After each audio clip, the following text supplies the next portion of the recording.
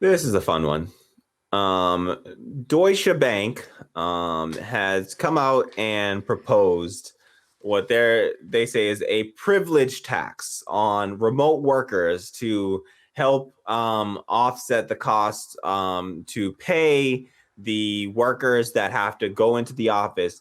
They want to do that through a what they're calling a privilege tax on a 5% privilege tax on the remote workers. So let's take a look at this. And this is what we call class warfare right here, folks. This is class warfare at its finest, and this is how they pit one worker against another worker. Just an absolute perfect example of that. So let's take a look at this article out of Business Insider from November 11th.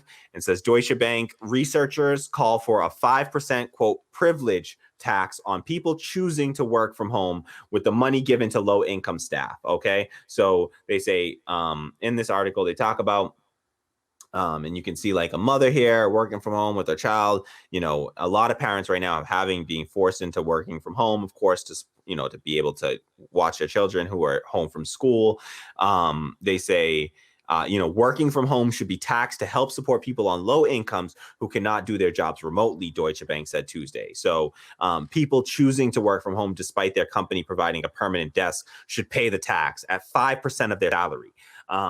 If companies do not offer permanent desks, they should pay instead, the report argued. So if the company doesn't offer you a permanent desk, then the company should pay. And let's not be fooled here. The company also serves to save a bunch of money from not having workers come into the office because you don't have to pay for things like having people the lights on, the electricity bill that runs. Sometimes they provide food and things like that in the office. They also increases chance for workers comp claims that happen if you're working in the office and you get injured while in the office. Then that there are workman's comp claims that come into that.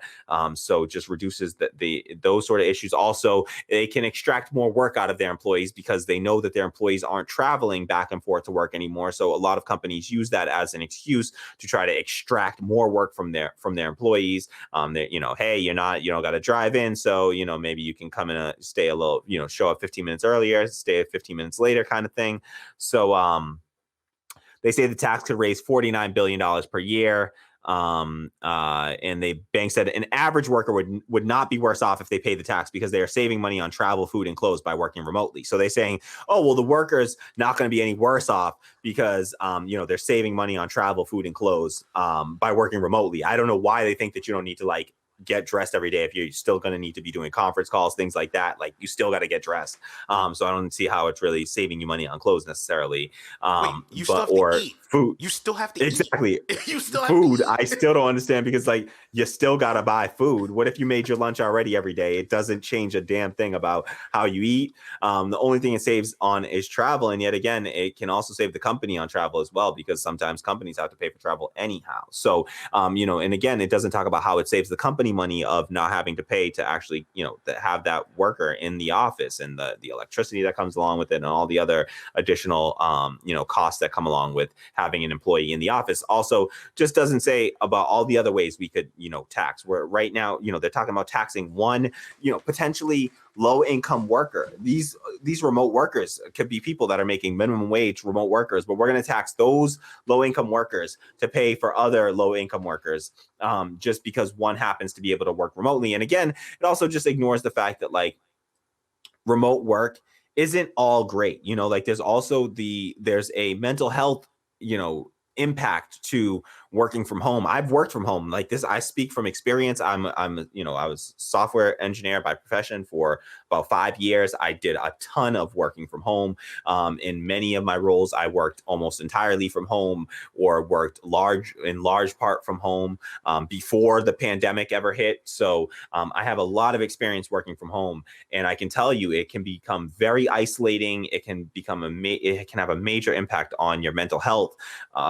Everybody's experiencing it now from COVID and the isolation effects. I mean, you were feeling that before, and just being in the house all day, being sort of cooped up in the home all day can definitely damage your mental health and can end up increasing your your healthcare costs because you have to pay more for therapy, for things like that. And I certainly did. I had to, it was more important for me to be in therapy than ever, when I was, when I'm isolated. And, we're experiencing it now under COVID, and it's important now. And everybody should, if you have access to that and you have, health insurance through any means in this screwed up system that we have, I do encourage everyone to treat your brain like you treat the rest of your body. You should be taking care of it as best you can, and don't feel any stigma around mental health care. You should certainly seek help if you ever need it, or even if you feel like you don't. Everybody can benefit from therapy. Even therapists go to therapy. So I think that it's something that we should all look to do if we have the actual privilege, because that is a privilege in this country, unfortunately, of having the health insurance that covers those costs.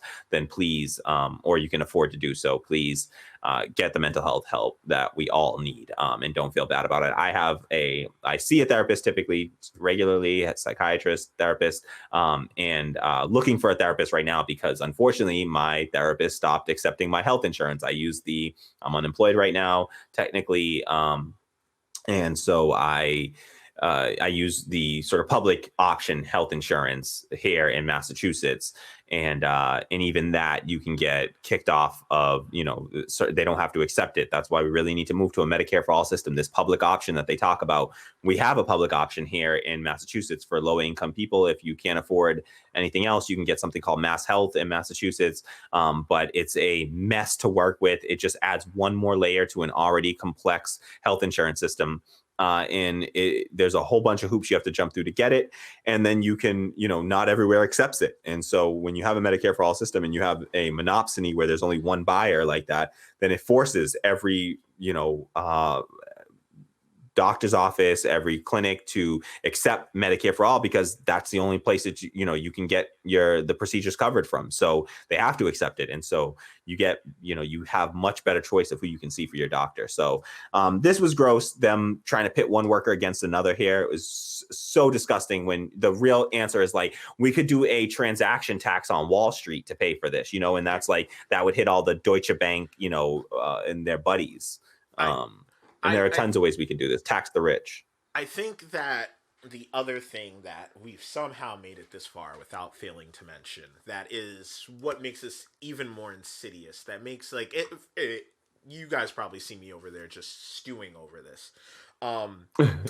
You absolute asshole. All right. For you to insinuate that the people who are going to work remote should be taxed in the middle of a pandemic, when that is what we need to survive right now, to end up beating this pandemic that we're going in, is such I would spit in your face right now. Whoever wrote that quote, if you were here right now, I loathe you. I cannot stand you. And the other key thing, you absolute douche. When people go remote... Douche-a-bank. Douche-a-bank. When people go remote, they usually don't get a raise. They usually get a pay decrease. They typically don't keep what they're getting paid at. As someone in the know from certain situations, that is typically what happens. So for you to then say, we're going to reduce your pay, since, we don't got to pay you the same as the people who are working in there, because, they're assuming all this risk by still coming in and still seeing whoever they have to see in person. You don't have to travel anymore, so we're going to bump you down, and that'll be your concession, so we can allow you to work remote. Oh, and on top of it, we're going to tax you for the privilege of that safety of not going out there and potentially putting yourself at risk to maybe die. Are you kidding me? Are you all the way kidding me? Come on, man. It is so goofy. And the companies are definitely going to jump on that, because there's no incentive, when the actual answer is, you should be paying a hazard pay to the people who are going in to make up for it. And remote people should be getting paid fairly as well. And then we tax the rich. The very obvious answer. I can't even.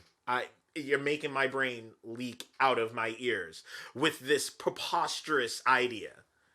Tax the remote workers. kiss my black ass. Sorry, I had to. Sorry, No, I had to no, but go it's off for a absolutely second there. necessary. Like, God no, it's damn. absolutely it's so it's such an egregious one, and it's so gross. And this is, I mean, it's wild because we've covered this on the show. And if you watch our video on, if you search our channel for Richard Wolf Class Warfare, you'll see this video that, where we covered Richard Wolf talking about this and warning of this in advance and saying, this is what they're going to do. They're going to find ways to pit one worker against another worker. They're going to pit the employed versus the unemployed. They're going to pit the remote worker versus the in-person worker. They will find ways to try to divide us up and to draw these new arbitrary lines so that now, the in-person workers are going to get angry. They're saying, oh, I'm risking my health. You know what? They should have to pay more, because their real thought is I deserve more money, but that should never come at the cost of, taxing another working class person, that's struggling themselves, and as soon as we do that and we're fighting over crumbs instead of joining together and taking the whole damn pie, that's how we got to recognize this. Is like they are just throwing us these little crumbs to fight over while they take the 99% of the pie for themselves, and and laugh at us as we sit there and fight over these little bits and pieces, and so. And Yeah, what is the classification for a remote worker? Because when you have the CEOs and all the higher ups, because I know they're the fuck sure as hell not going into the office. Are they getting a 5% tax on all their money that they're making? Because that I feel like they're not gonna get classified as a remote worker for all intents and purposes when we start floating this shitty idea out there. So, because absolutely. And these are the people, they've been remote for God before the pandemic remote. All right, I know a lot of y'all don't ever see your CEOs, your head, your chief of staff, any of these people ever coming in the office. You want to talk about the real remote workers? You want to tax those people? Maybe I'll be on board.